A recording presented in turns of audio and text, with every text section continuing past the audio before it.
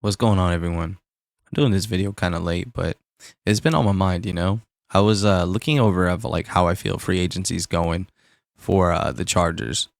And you know what? I had a lot of stuff that like I had on my mind. So I'm looking at like YouTube videos and a lot of Charger content. I'm looking at, a lot of the comments, and some of the comments talk about like, why are we signing guys for 1 to 2 years? Or what are we going to do now with the wide receiver position? That because Keenan Allen got traded now that we must take a wide receiver. The more I think about it, because don't get me wrong, I wanted Keenan to retire a Charger, but it is what it is. It's done. What's done is done. There's no going back now. I still believe, because I was under the same assumption at this point that we were going to draft a wide receiver now. Like we just don't have any other option. I don't think that's true anymore. I think I wouldn't be surprised if Jim Harbaugh decided to trade back and continue to build this offensive defensive line. I know a big name out there is Joe Alt. I wouldn't like to make a left tackle into a right tackle. I think at that point it's better to trade back. And then if we were going to build through the offensive line, that's the route I would want to go. But I'm trusting the process. But I'm looking back at Jim Harbaugh's career. Has Jim Harbaugh had a top 5 wide receiver anywhere he's been? I don't believe he had that in Stanford. I think he had good wide receivers, but I don't think he had anything elite when he was with the 49ers. Honestly, I just remember Michael Crabtree. He had good tight ends, but as a wideouts, I just remember Michael Crabtree. I don't think he had any elite talent at the wide receiver position. It was just power run game. In Michigan, were there any top 5, top 10 wide receivers drafted from Michigan? I honestly can't think of a Michigan receiver that is in the NFL within Jim Harbaugh's era. I think the reality is, man, that this is who Jim Harbaugh is. This is what he believes in. We look at the Greg Roman system. Lamar Jackson didn't have any big time receivers at the time when Greg Roman was basically running that offense. I really believe at this point that we're not going to draft a wide receiver. And look, I'm trusting the process. And I know that kind of sucks because another comment that I see a lot, they're like, why would you pay Herbert $55 million a year just to have him basically be a game manager? I don't think that's what he's going to be. I don't. I do think him and Lamar are very different players. But even when you look at Stanford, the best quarterback that Jim Harbaugh has ever had outside of Herbert, the game was still predominantly reliant on the run game. I think Herbert's numbers guaranteed under Jim Harbaugh and Greg Roman, his numbers are going to go down. We're going to see his rushing numbers go up, but I think he's going to be more protected. I do believe he's going to be more efficient. And I do think that's going to be more important going forward. Sorry, I thought I heard something. But I do think that's going to be more valuable going forward because, you know what, at the end of the day, Herbert's been putting up numbers, right? Where has that gotten this team? I'd rather have him be Superman when we need him to. That's at the end of games versus him doing that every game just to keep us in the game. I think he's going to be throwing a lot less, but I think this running game we're going to build for him will create the ability for him to take shots downfield like we saw his rookie season. I think this would be the year where he has the least amount of interceptions. This would be the year where he has one of his highest completion rates. I'm not against the idea of building the offensive line still. I know everybody wants it, and I know everyone doesn't believe that we can go out with Joshua Palmer and QJ. I think Palmer will have a big year. I think QJ will have a resurgence, but not yet necessarily be top tier yet. I still think we draft a receiver maybe later, but there's still some options that'll be okay for the moment. I don't know. At this point, I am more sure looking at the history of Harbaugh that we are not going to draft a receiver in the first round or two. Not only that, I look at the Super Bowl winners. And as fun and as exciting as a receiver is, the truth is, man, they don't win Super Bowls. And then there's asterisks to all the Super Bowl winners when you look at them when they did win. I look at, okay, last 2 years, Kansas City, Travis Kelce does not get paid as like a top tier wide receiver, but Tyreek left. He's been putting up numbers, but he hasn't been able to win a playoff game. The Chiefs have now won 2 Super Bowls without Tyreek.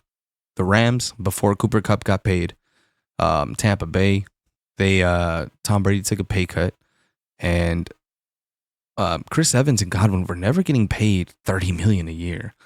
Kansas City with Tyreek before he got paid. New England has never really had a top tier wide receiver. They've had great tight ends, but Randy Moss was the only one that I can think of, and they never won with him. Denver, they had good receivers, nothing elite, and that was at the time where Peyton Manning was already kind of, his shoulder was shot. New England, Seattle before, they really had they had good receivers, but nothing like elite guys that were taking up so much salary cap. And then you go down the list, man. Would the receivers just do not win Super Bowls?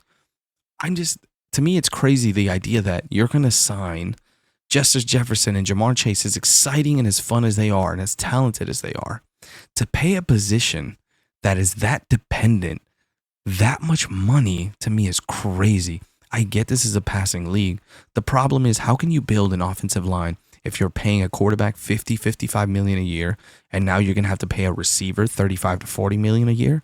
You're using a third of your salary cap on 2 players. How in the hell do you build a team off that? Especially off a position that's extremely dependent. This is more and more why I believe Jim Harbaugh is going to go offensive line. The reality is, good teams win because of the trenches. And then that got me to the next idea where it's like, okay, let's look at the free agency. They are signing a lot of veteran guys for 1 to 2 seasons. And in my opinion, I was just like, oh, is that a good thing? But I think it's an amazing thing, because you know what they're doing is they are recalibrating this salary cap. They are allowing themselves a way out of contracts. They're not tying themselves to contracts or to any of these players. They have a great draft, a deep draft coming in, where they can bring in a lot of players to come in. They'll have veteran presence when they come in. They'll have guys that can rotate in and out with them, show them what the Jim Harbaugh system, what he wants out of this system. I just think it's incredible what they're doing, because they're not tying themselves down. We've already seen it, right? J.C. Jackson was a bust. As much as we love Corey Linsley, he did have to end his career short. I hope he figures out his health. But they're putting themselves in positions where the guys that they're going to implement, the guys that they're going to go forward with, are going to be the guys that they draft. And with that being the case, it gives you 4 to 5 years of cheap contracts. Next season, the Chargers have over $100 million in salary cap space. That's with Herbert's contract. And outside of Rashawn Slater and Asante Samuels, you really don't have a lot of big contracts to pay. So all these guys now have a whole year where they'll have some veteran presence. Next year, they will be the players that will be able to introduce the new draft class into the new system, the new culture. They're setting the tone. This is creating the system that Ortiz said he wanted to do at the very beginning in his press conference, which was built a system of compensatory picks. This is how you do it. You're starting to get waves of draft classes that will be, the core of your team, because they understand that once you pay a quarterback so much money, you can't build the same way. You can't pay everyone. You have to continuously draft well in order to be a good team. You look at the Kansas City Chiefs. They're winning because they were able to build an elite defense completely over a few draft classes. They did it so quickly because they were drafting correctly. And that's what we got to start doing, is we got to start drafting offensive linemen correctly. We're not going to be able to pay everyone. We have to pick and choose who we pay in order to keep this team consistent and to be a good team. As much as we fall in love with players, the reality is it is a business. And if you want to stay competitive, you got to make changes.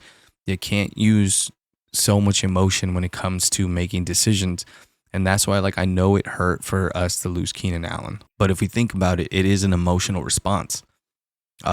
if we look at it logically, it does make more sense when we can remove emotion out of it. How much, we just loved seeing him out there in a Charger jersey.